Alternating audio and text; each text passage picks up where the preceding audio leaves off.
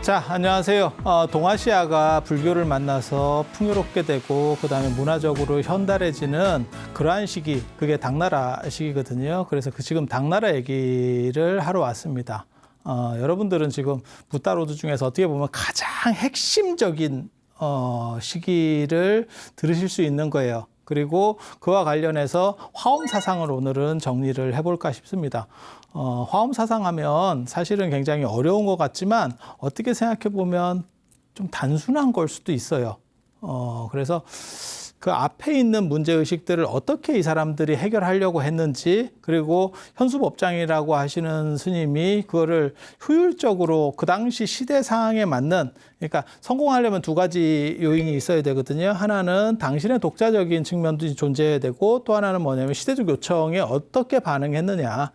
지금 뭐 테슬라 같이 저렇게 제대로 차를 만드는 것도 아니에요. 지금도 1년에 몇 대 못 만듭니다. 아마 뭐 수십만 대나 만들걸? 그렇게 만들어도 대단한 거 아니에요? 그건 이제 우리 생각이고, 뭐 1000만 대씩 만드는 회사도 있으니까, 그렇게 보면 별 볼 일도 없는데도 불구하고, 뭐 GM이라든지 무슨 뭐 도요다라든지 이런 걸 합친 것보다도 테슬라가 지금 시가총액이 많다는 거 아니에요? 그거는 시대의 요청에 부응해서 지금 뭐 유럽 같은 데는 2035년까지 뭐 내연기관차를 안 쓰겠다 뭐 이러니까 딱 상황에 맞는 행동을 하는 거죠. 그러니까 그 사람의 천재성도 존재하고 그 다음에 시대에 맞추는 것도 있고 똑같습니다. 근데 어떻게 보면 저같이 생각하는 사람이 위험할 수도 있어요. 저는 두 가지로 보거든요. 언제나 이런 역사적 추이의 변동이라고 하는 거를 문화 경제적인 로 봅니다. 그래서 그 당시에 권력층들이 무엇을 요구했는지와 관련되는 거, 그 다음에 자본이라는 게 어디로 흘러가고 있는지에 대한 것들의 관점 속에서 그것이 적합하게 작용을 하느냐, 이런 것들을 봐요. 이제 가봅시다. 현수법장 스님. 현수법장 스님 제자가 정법사 해원 스님인데, 정법사 해원 스님은 나중에 이제 현수법장 스님을 약간 비판했다고 그래서 이제 삭제되고, 그러니까는 초조 두순 스님이라고 하시는 분이 기본 살짝 이렇게 밑그림 비슷한 뭔가 아이디어를 조금 내요. 그러니까 뭐 정확하게 뭘 제대로 한 건 아니고 그 정도를 하고, 그 다음에 이제 이조 지엄 스님이 기본 골격을 세웁니다. 그리고 현수법장 스님이 그걸 이제 1차적으로 완성을 하는 거고요. 완성을 하는 거고, 그 다음에 이 해원 스님 했는데, 해원 스님은 이제 결국은 이렇게 날아가게 되고, 그 다음에 나오는 게 청량 진관 스님. 청량 진관 스님이 집대성자라고 보시면 됩니다. 그래서 그러면 현수법장 스님보다 저 집대성자인 진관 스님이 더 대단한 거 아닙니까? 아니, 그건 아니고 모든 골격은 여기서 다 나왔고, 여기서 다 나왔고. 그러니까 기본 아이디어는 지엄 스님, 이조인 지엄 스님이 했고, 그 다음에 그것을 발전시켜서 완전히 틀을 갖춘 거는 어떻게 보면 이 법장 스님. 그리고 거기서 이제 불꽃을 태우는 게 청량 진관 스님. 그래서 청량 진관 스님은 좀 뒤에 사람이고, 그때 이제 또 천태종과 관련해서 또 이게 있어요. 천태종의 형계 다면 스님. 그 다음에 그 당시에 가면 또 이제 밀교. 뭐 이렇게 해서 서로 이제 또 각축전이 벌어지는 또 그런 이야기가 있는데, 그건 좀 뒤에 얘기고, 뒤에 얘기고, 지금은 우리는 법장 스님 얘기하니까, 법장 스님 뭐 글을 많이 씁니다. 20종 한 100여 권 정도를 쓰고, 그 중에서 이제 중요한 게 화엄경 오교장이라고 해서, 화엄경이 어떻게 보면 개론서, 화엄경이 이제 책이 두꺼우니까 60권짜리 뭐 이러니까 그걸 이제 요약해가지고 개론서를 만드는 게 화엄 오교장이라는 책이고, 그 다음에 화엄경에 대한 주석서, 중요한 내용들을 써놓은 게 이제 탐연기라고 하는 책이고, 그 다음에 그 당시 이제 머리 좋은 사람들이 다 하나씩 건드린다라고 하는 대승기신론에 대해서도 저게 어떻게 보면 저 세 종류가 법장 스님의 가장 중요한 저술이다. 뭐 이렇게 생각하시면 돼요. 그래서 이제 화엄종이니까 화엄경에 관련된 것들을 어떻게 정리할 것이냐가 하나의 관건이고, 그다음 대승기신론은 뭐 워낙 중요한 책입니다. 전에 우리도 그런 얘기를 좀 했었죠. 그리고 대승기신론에 이제 3대소라고 하는 게 있어요. 주석서가 굉장히 많은데 잘 나가는 사람은 한 번쯤 도전합니다. 모르겠어요. 저도 살다가 나중에 도전을 할지 어쩔지. 제가 그래서 그런 얘기 했잖아요. 예전에 노자 같은 책도 뭐 주석서가 한 2,000종류 되는데 그중에서 넘버원이 왕필의 노자다. 뭐 이런 얘기도 했었고, 그 다음에 주역도 수천 종류가 있어요. 주석서. 그러니까 나름 머리 좋은 사람은 다 도전! 이렇게 해서 한 번씩 나오는 책들이 있어요. 나오는 책들이 있어요. 그렇게 해서 노자 주석서, 주역 주석서도 굉장히 많지만 그게 이제 정의천하고 그 다음에 왕필하고 그 다음에 주자하고 이런 걸 꼽는다더라. 뭐 이렇게 왕중왕전이 있는 거죠, 다. 그리고 율곡 같은 사람들도 뭐 도전을 하지만 별 볼 일 없었습니다, 다. 그러니까 그 정도 레벨로는 잘 안 돼요. 그러니까 우리가 볼 때는 야, 그런 사람 대단한 사람 아니에요? 그건 네 생각이고, 그건 네 생각. 그러니까 왕중왕전에 가면 또 달라져요. 이게 상황이 달라지는 거예요. 그렇게 해서 대단한 사람들이 도전을 했고, 그걸 이제 3대 소라고 그래요. 3명이 대단하다. 그래서 지금 여기 나오는 저 회원 스님은 제가 3명의 회원이 있었다 그랬잖아요. 여산 회원, 정토종이고, 그 다음에 FM으로 사셨던 분, 그 다음에 여기는 이제 정법사 회원이라고 하시는 분은 화엄종 스님이고, 그 다음에 그 중간에 정영사 회원, 의기 있었던 굉장히, 그래서 패불했을 때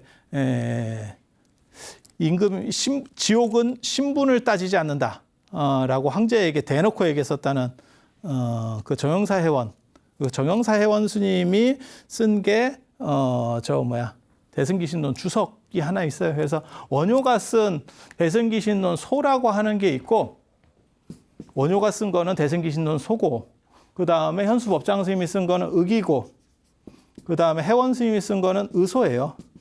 그래서 이거를 3대소라고 합니다. 그리고 법장 스님 거는 되게 재밌게도 원효 스님 걸 많이 뺏겼어요.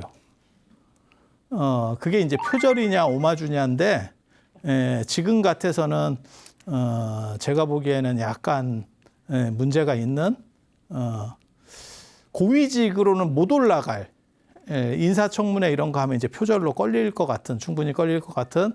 그런데 원효 스님도 사실은 그렇게까지 독창적인 건 아니었었어요. 왜냐하면 천태 스님 거의 영향을 상당히 많이 받아요. 그러니까 천태 스님의 저술에서 나오는 이야기들의 영향을 상당히 많이 받고 있습니다. 그래서 서로 이제 선배들 거 이렇게 보고 뭐 감동 받으면 그거 이제 좀 뺏기고 이렇게 지금하고 비슷한 것 같아. 이렇게 말하면 좀 위험할 수도 있는데. 그래서 뭐 그렇게 가는 거예요. 그래서 천태라고 하는 워낙 대단한, 천태지자대사라고 하는 대단한 분이 있으니까 아무래도 그런 사람들 책을 보다 보면 이제 딸려가게 되는 거고, 그 다음에 원효 스님도 나름 대단하니까 이제 그 앞쪽에 나오면 이게 선행연구 검토라는 게 다 있어야 되거든요. 지금도 마찬가지지만 옛날에도 관심 있으면 센 사람 거는 다 봐야죠. 삐리한 사람 거는 안 봐도 됩니다. 하지만 센 사람 건 어느 정도는 다 봐야죠. 좀 날린다 싶으면. 원효 같은 사람이 굉장히 재밌는 사람이에요. 그게 저는 원효에 대해서 판단이 지금 일반적인 불교학자들하고 약간 다릅니다. 뭐라 할까, 이회수, 여러분들이 쉽게 알아들을 만한 분이 이회수 같은 사람들, 약간 기인 같고, 그 다음에 이게 비승비속이고, 이게 정체가 애매하고, 그런데 또 글이나 이 이빨이 좋아요. 그래서 책을 내면 베스트셀러가 되고, 이해가 됩니까? 그런 과들이 있어. 그러면 그런 사람들이 잘 사느냐? 아니, 잘 사는 건 아니야. 재밌게 살아. 재밌게 살아. 그런데 모범이 되거나 이런 스타일은 또 아니에요. 그러니까 흥미는 있지만, 저런 사람들이 이 세상을 만약에 위정자가 되거나 뭐 이렇게 관리하는 쪽이 되면, 야, 나라 개판되겠다 싶은데 멋있어. 이해가 됩니까? 딱 그런 정도. 그러니까 예술가나 이런 쪽에서 그런 사람들이 보이지, 수행자나 이런 쪽에서는 그게 거의 꽝입니다. 왜냐하면 수행자는 그 사람이 어떻게 무엇을 아느냐가 중요한 것보다도 그 사람이 얼마나 견실한 노력을 했고, 그 다음에 올바른 삶의 자세를 보였느냐. 그러니까는 머리가 좋으냐보다도 행실이 깨끗했느냐가 우선이에요. 그리고 거기에 플러스 알파로 들어가는 거고. 그래서 관점들이 좀 다르죠. 지금도 우리가 그렇게 보잖아요. 뭐 고위공직자라든지 뭐 장관 인선하고 이러면 기본적으로 윤리적인 걸 기본에서 딱 보잖아요. 그러니까 거기서 이제 한번 요즘은 거기서 박 터지면 끝나잖아. 그냥 내려오잖아. 예전 같으면 막 밀어붙이고 하는데 요즘은 이제 창피하니까 이제 정도에서는 안 나와야겠다. 그리고 추천을 받아도 안 나오는 사람도 있대잖아. 아예 이제 스스로 아는 거지. 이거 나갔다가 개망신 당하고 퇴로가 없겠다 싶은 사람은 안 나가고 설마 뭐 이 정도 갖고 그렇게까지 걸리겠어? 이랬다가 크게 터지는 사람도 있고 참 그게 보통 일이 아니죠. 그러니까 시대에 따라서 이런 판단 기준들이 좀 달라요. 그래서 어떤 때는 재주를 더 수승하게 볼 때도 있고, 그러니까 재주가 좋은 사람은 좀 개판으로 살아도 괜찮아라고 넘어가는 경우도 있고, 어떤 경우는 이제 시대에 따라서 판단 기준이 달라. 근데 사회가 안정되고 문화가 발전하면 재주가 있는 사람보다 기본적인 윤리 도덕성을 훨씬 더 강조합니다. 이게 선진국 사회도 마찬가지예요. 기본 윤리 도덕성이 없는데 재주가 있다고 해서 올려주지 않습니다. 그러니까 우리나라도 지금 그렇게 된 거죠. 그래서 제가 그런 얘기 했잖아요. 이승만 대통령 때나 뭐 박정희 대통령 때 이런 시절만 해도 재주 있는 사람이면 상태가 좀 메롱이라도 그냥 냅뒀는데 지금은 그런 데서 걸려버리면 하루아침에 다 날아가는 거죠. 연예인도 그렇고. 뭐 그런 식이 돼버렸잖아요. 체육인 뭐 이런 것도 마찬가지잖아요. 한참 뜨고 있다가 쟤한테 제가 학교 다닐 때 두드려 맞았어요. 뭐 이런 거 몇 번 나오면 사람이 없어지잖아. 그다음부터 안 나오잖아. 국가대표도 날아가는 거예요. 그러니까 국가대표는 어떻게 보면 실력이라는 게 굉장히 중요한데도 불구하고 지금 사회가 그런 거죠. 그래서 원효 같은 분은 사실은 정상적 사회면 용납이 안 되는 분이라고 보시면 돼요. 그래서 앞으로도 더 평가가 더 떨어지리라고 저는 생각을 합니다. 사회가 안정될수록 그런 분들은 더 떨어지고 그다음에 윤리 도덕적으로 산 사람들이 더 올라가요. 올라가요. 그래서 법장 스님 같은 경우는 당연히 이쪽에 손을 대게 되는 거고 그다음에 그 전에 원효 스님께 한번 쫙 유행을 하니까 그걸 보다 보면 자기도 모르게 아마 뺏기고 이런 증세들도 나올 겁니다. 그래서 그런 정도 생각을 하시면 되고 그다음에 이 화엄경 탐연기가 책이 이제 이거는 개론서니까 압착된 내용들 추려놓은 거고 요거는 이제 여기에 전에 말씀드렸던 오교십종 이라고 하는 거, 그러니까는 교판이라고 하는 거예요. 그러니까 천태종에서는 58교라는 걸 만들었었고, 그 다음에 화엄종에서는 5교10종이라는 걸 만들어요. 그러니까 교판이라는 게 뭐냐면 전체 불교가 워낙 복잡하고 여러 가지들이 많으니까 그걸 다 이렇게 갈라서 범주별로 딱 묶는 거예요. 이렇게 묶고 이렇게 묶고 그리고 그렇게 묶는 이유는 결국은 뭘 얘기하고 싶은 거냐면 내게 그래서 최고로 대단해. 그 얘기를 하고 싶은 거예요. 그 얘기가 핵심이지 다른 거 다 필요 없어요. 너네가 아는 것보다 내게 최고로 대단해. 하지만 문제는 뭐냐면 그렇게 대단한데 왜 사람들이 지금까지 몰랐을까? 이 생각은 한 번 정도 해야 돼요. 법장 스님의 어떻게 보면 사상에서 제일 중요한 거는 이 두 가지고 교상적관법, 신만성불론이고 그 다음에 화엄경을 보는 두 가지 관점이 있거든요. 이 성기설이라고 하는 이제 지금 설명을 해줄 겁니다. 지금 얘기를 할 겁니다. 그 다음에 법계연기라고 하는 건데 법장 스님은 오히려 이쪽, 이건 현상 중심이고 이거는 본체 중심이에요. 이 본체 중심은 의상 스님 쪽이 좀 더 주력을 한 거고, 그러니까 저 둘 중에 이렇게 딱 끊어가지고 이쪽은 의상, 이쪽은 뭐 예를 들어서 뭐 법장 이렇게 가는 거 아니고 다 섞여 있는데 그 중에서 주류를 뭘로 두느냐라고 하는 거예요. 이 위에 거 잠깐만 말씀드리면 교상적 관법이라는 건 뭐냐면 화엄종은 따로 수행이 필요가 없어요. 따로 수행이 없어요. 그냥 화엄경 안에 그다음에 화엄 사상 안에서 이해하게 되는 그러한 논리 구조를 정확하게 이해하면 그게 수행이에요. 그게 수행이에요. 그러니까 이 경전 공부는 따로 하고 그다음에 수행은 따로 하고가 아니고 그 원리 체계를 이해하면 그 자체가 수행인 거예요. 인도 불교식으로 말하면 성문승이죠. 성문이 뭐냐면 부처님의 가르침을 많이 들으면 그 원리를 이해함으로 인해서 예를 들어서 이제 가장 이제 나중에 이제 선종에서는 그렇게 공격하는 거거든요. 말로만 갖고는 안 된다라고 하는데 그렇게 얘기하는 사람들도 있어요. 그러니까 비트겐슈타인 같은 경우는 뭐라고 얘기하는 거냐면 네가 지금 말을 분명하게 하지 못하는 거는 네가 제대로 몰라서 그래.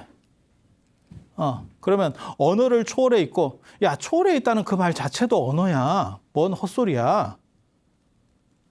생각할 수 없는 거, 진리는 생각할 수 없으면 그 생각할 수 없다는 말도 할 수 없는 거지. 이렇게 나올 수도 있어요.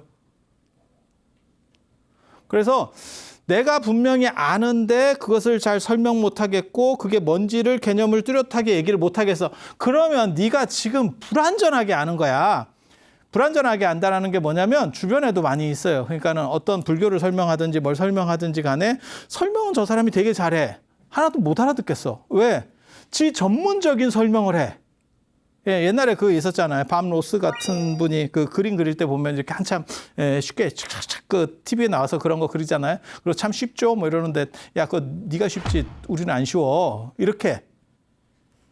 근데 이해를 제대로 한 사람은 그 사람 수준에 맞춰서 충분하게 설명할 수 있다는 거예요. 그러니까 봐봐. 똑같이 알고 있어. 똑같이 알고 있는데 한 사람은 높은 방식으로밖에 설명을 못해. 한 사람은 대기설법이 가능해. 그러면 이 사람이 이해를 한 것이 훨씬 더 높다라고 보는 거예요. 왜냐하면 그 사람은 그걸 갖고 노는 상태가 된 거지. 자유자재로. 그렇게 해서 설명을 충분히 못한다면 그것은 알고 있는 게 아니다. 어려운 걸 어렵게 설명하는 건 개도 할 수 있다. 이건 굉장히 재밌는 거예요. 그리고 화엄종이 나중에 이 화엄종이 천태종에 제가 보기에는 영향을 받는 거고 그 다음에 이 화엄종은 누구한테 영향을 주냐면 나중에 선종에 영향을 줍니다. 이게 화엄종이 점점 복잡하거든요. 이제 좀 들어보면 복잡해요. 근데 사실 이게 왜 복잡한지 나도 잘 모르겠어. 생각해보면 그 당시에는 복잡했을 수 있지만 지금 생각해보면 그렇게 어려운 내용이 아니에요. 그러니까 수학 같은 거 생각을 해봐. 수학 같은 경우 우리가 어떤 새로 배우는 개념이 있어. 뭐 더하기 빼기를 배웠다가 곱하기 나누기를 하는 거야. 그러면 선생님이 계속 그거를 이렇게 반복적으로 학습을 해주면 어느 순간에 곱하기 나누기라는 개념이 머릿속에 딱 들어와. 그게 확실하게 이해되면 그 곱하기 나누기라고 하는 개념이 죽을 때까지 가지고 가는 거예요. 그게 안 무너져요. 이게 교상적 관법이라고 하는 거예요. 그러니까 수행이라고 하는 것은 공부가 어느 정도 추철하게 되면 그것이 곧 수행이야. 그러니까 원리를 제대로 이해하면 다시 미혹하지 않아. 그래서 따로 어떤 수련을 해야 되고 그게 아니야. 그 공부하는 자체가 수행이야. 이해가 됩니까? 그리고 거기에서 이제 기본 룰이 뭐냐면 십만성불론이라고 해서 믿음이 꽉 있으면, 그러니까 믿음이 많으면 그 자체로 성불할 수 있대. 그러니까 두 가지가 있는 거지. 머리가 좋아가지고 이해를 해도 성불할 수 있는 거고 잘 안 되면 그냥 잘 믿어. 잘 믿어. 사실 극락에 가는 것도 믿음이거든요. 그리고 화엄경 현수품에 보면 현수법장 스님인데 현수품에 그 얘기가 나와. 되게 재밌어요. 그게 신의도원 공덕무라고 하는 거거든요. 믿음이라고 하는 것은 도의 근원이고 신의도원 그다음에 공덕 모든 공덕의 어머니다. 이렇게 나오는 이야기들이 있어요. 그렇게 해서 그런 것처럼 믿음을 가지면 그래서 뭐가 나오냐면 초발심시 변정각 이런 게 사실은 믿음이라고 하는 부분이거든요. 그래서 이런 믿음의 문제라고 하는 걸 통해서 하나의 깨달음을 그냥 그게 곧 성불이에요. 믿음을 가지면 그 자체로 성불. 그리고 그 믿음을 제대로 못 가진 사람은 이제 좀 복잡해지는 거죠. 그리고 왜 이게 가능하냐면 이게 이제 성기설 때문에 가능한 거예요. 사실은 이미 우리는 다 완성돼 있고 이게 저기 이제 논점이 많이 될 거야. 우리는 다 완성돼 있고 그 자체로 그 완성돼 있다라는 것을 믿기만 하면, 그러니까 믿음이라고 하는 게 불교의 이제 대표적인 게 어떻게 보면 극락신앙이거든요. 아미타불에 대한 믿음. 아미타불의 서원에 편승하기 위해서 그것을 믿는 거예요. 믿는 거예요. 그러면 아미타불이 그걸 뭔가 나를 위해서 대신 처리해 주는 거예요. 그래서 나를 극락으로 데리고 가. 라고 하는 개념이라면 사실 여기에서 믿음이라고 하는 거는 내가 본래 완성돼 있다. 나는 본래부터 붓다였다. 라는 거에 대한 믿음이에요. 그리고 저거는 돈으로 넘어가는 어떻게 보면 가장 핵심적 분기점입니다. 저것을 알면 도노가 되는 거고 잘 안 되면 그냥 일단 믿음부터 가지게 되는 거고 그래서 법장 스님의 두 가지 생각. 하나는 화엄 사상이라든지 이런 것들을 잘 공부해서 내가 명확하게 딱 이해하면 그러면 그것이 곧 수행이라더라. 지금도 마찬가지예요, 사실은. 이 얘기는 저는 굉장히 타당하다고 생각하거든요. 공부하는 사람들 다 똑같은 걸 하는 거예요. 그렇게 해서 어떤 생각이 딱 서버리면 그 사람은 흔들리지 않아. 그러니까 무슨 뭐 영화를 하는 사람이든 뭐 연극을 하는 사람이든 뭐 수학을 하는 사람이 다 마찬가지예요. 어떤 원리를 어느 정도 이상 딱 터득해버리면 그 사람은 그 단계와 관련해서는 미혹되지 않아. 딱 머리가 딱 뚜렷하게 쓰는 거지. 그리고 이렇게 공부가 되는 사람도 있고 아닌 사람도 있거든요. 그게 잘 이해가 안 되는 사람도 있거든요. 그러면 기본적인 거를 네가 믿어. 믿으면 너는 성불할 수 있어. 라고 얘기하는 거예요. 그래서 두 가지 트랙으로 가는 거예요. 투 트랙으로 가는 거죠. 이해할 수 있는 사람, 이해할 수 없는 사람. 그런데 전에 제가 말씀드릴 때 그런 얘기 했었거든요. 육아 법상중에서는 저런 식으로 믿음을 가지고 간다라고 하는 것보다 공부를 가지고 간다라고 생각하는 부분이 더 강력해서 실제로는 이런 식의 개념에 대해서 비판적인 생각을 했었죠. 그렇게 하면 이제 지옥 간다. 이제 그렇게 부처님 말을 어기는 거기 때문에 화엄종에서 그렇게 얘기하는 거예요. 실제로 그렇다는 게 아니고 그래서 순경 나락가설이라고 하는 이야기들 같은 경우가 그렇게 나오는 이야기라고 보시면 돼요.